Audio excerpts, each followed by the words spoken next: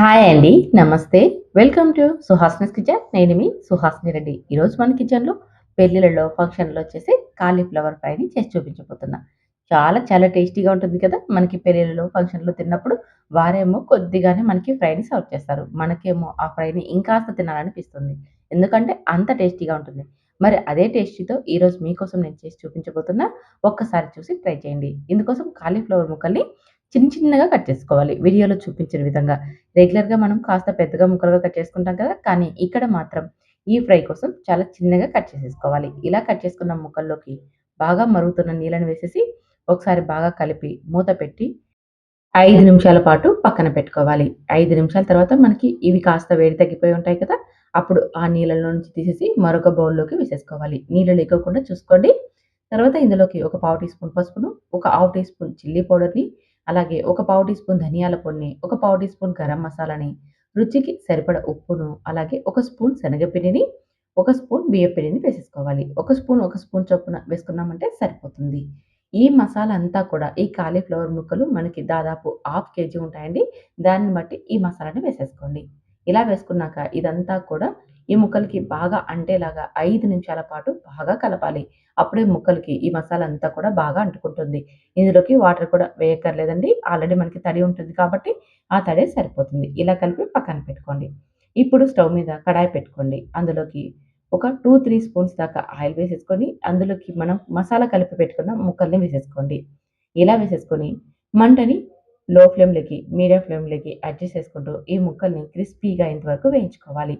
మంటను లో ఫ్లేమ్‌లోకి, మీడియం ఫ్లేమ్‌లోకి పెట్టుకోవడం వల్ల అడుగంటకుండా ఉంటుంది. ఇలా ముక్కలంతా కూడా బాగా క్రిస్పీగా అయిపోవాలి. దాదాపు 15 నిమిషాలు టైం పడతది ఇవి మనకి ఫ్రై అవ్వడానికి. ఇలా లో ఫ్లేమ్‌లోకి, మీడియం ఫ్లేమ్‌లోకి అడ్జస్ట్ చేసుకుంటూ 15 నిమిషాలు ఫ్రై చేసేసుకొని 15 నిమిషాల తర్వాత ఒకసారి ముక్కల్ని చెక్ చేసేసుకోవాలి.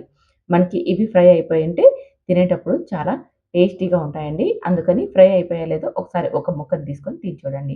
ముక్కలు మనకి బాగా ఫ్రై అయిపోయాయని అనిపిస్తే స్టవ్ మీద నుంచి దించేసేసుకొని ఒక బౌల్‌లోకి వేసేసుకోండి. ఇక్కడ నాకైతే ముక్కలు మరి కాస్త ఫ్రై అయిపోవాలనిపించింది. అందుకని మరొక 2 నిమిషాల పాటు ఫ్రై చేసేసి ఒక బౌల్‌లోకి తీసేసుకుంటున్నాను. ఇప్పుడు అదే పాన్‌లోకి మరొక 2 స్పూన్స్ దాకా ఆయిల్‌ని వేసేసుకోవాలి. మనం ముక్కల్ని ఫ్రై చేసేసుకున్నాం కదా!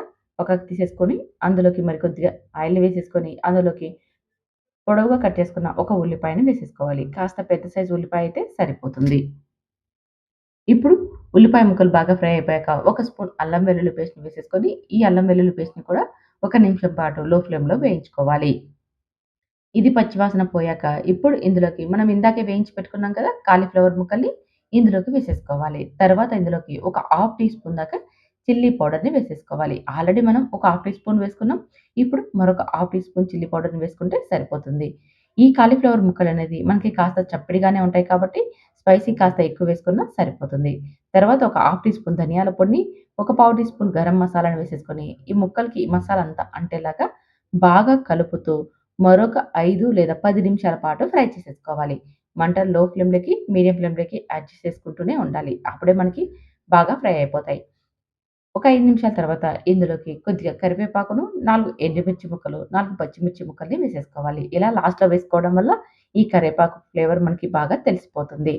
తర్వాత ఇందులోకి రుచికి సరిపడా ఉప్పును వేసేసుకోవాలి. మనం ముందు మిక్స్ చేసుకునేటప్పుడు మాత్రమే ఉప్పుని వేసుకున్నాం. తర్వాత వేసుకోలేదు కదండీ! ఇప్పుడు చూసుకొని సరిపడా వేసేసుకోండి. ఇలా వేసేసుకొని మరొక 5 నిమిషాల పాటు ఫ్రై చేసేసుకోవాలి. ఇలా మంటను లో ఫ్లేమ్‌లోకి, మీడియం ఫ్లేమ్‌లోకి అడ్జస్ట్ చేసుకుంటూ ఒక 20 నిమిషాలంతా కూడా మనం ఈ కర్రీ చేసుకోవడానికి టైం పడతదండి. కానీ టేస్ట్ చాలా బాగుంటుంది. రెగ్యులర్‌గా మనం డీప్ ఫ్రై చేస్తూ ఉంటాం కదా! శనగపిండి, బియ్యపిండిని కలిపి అంతకంటే కూడా టేస్టీగా ఉంటుంది. చపాతీలోకి, రైస్‌లోకి మంచి కాంబినేషన్. సైడ్ డిష్‌కైనా చాలా బాగుంటుంది. మనం ఏదైనా ఫంక్షన్స్ ఉన్నప్పుడు లేదా ఇంటికి ఎవరైనా అతిథులొచ్చినప్పుడు సైడ్ డిష్‌గా చేసి పెట్టామనుకోండి చాలా ఇష్టంగా తింటారు. ఈ రెసిపీని మీరు చేశారంటే చాలా మెచ్చుకుంటారు. అంత టేస్టీగా ఉంటుంది. తప్పకుండా మీరైతే ఒక్కసారి ఈ స్టైల్‌లో ట్రై చేయండి. పెళ్ళిలో, ఫంక్షన్‌లో కంటే కూడా మన ఇంట్లో చేసిన ఈ రెసిపీనే ఇంకా టేస్టీగా ఉంటుంది. మరి ట్రై చేస్తారు కదూ! తర్వాత ఎలా వచ్చిందో కామెంట్ చేయండి. నచ్చితే మాత్రం ఈ వీడియోని మీ ఫ్రెండ్స్, ఫ్యామిలీ మెంబర్‌కి షేర్ చేసి ఇలాంటి సింపుల్ అండ్ టేస్టీ వంటకాల కోసం మన ఛానెల్‌ని సబ్స్క్రైబ్ చేసుకొని ఫాలో అవ్వండి. Thank you for watching.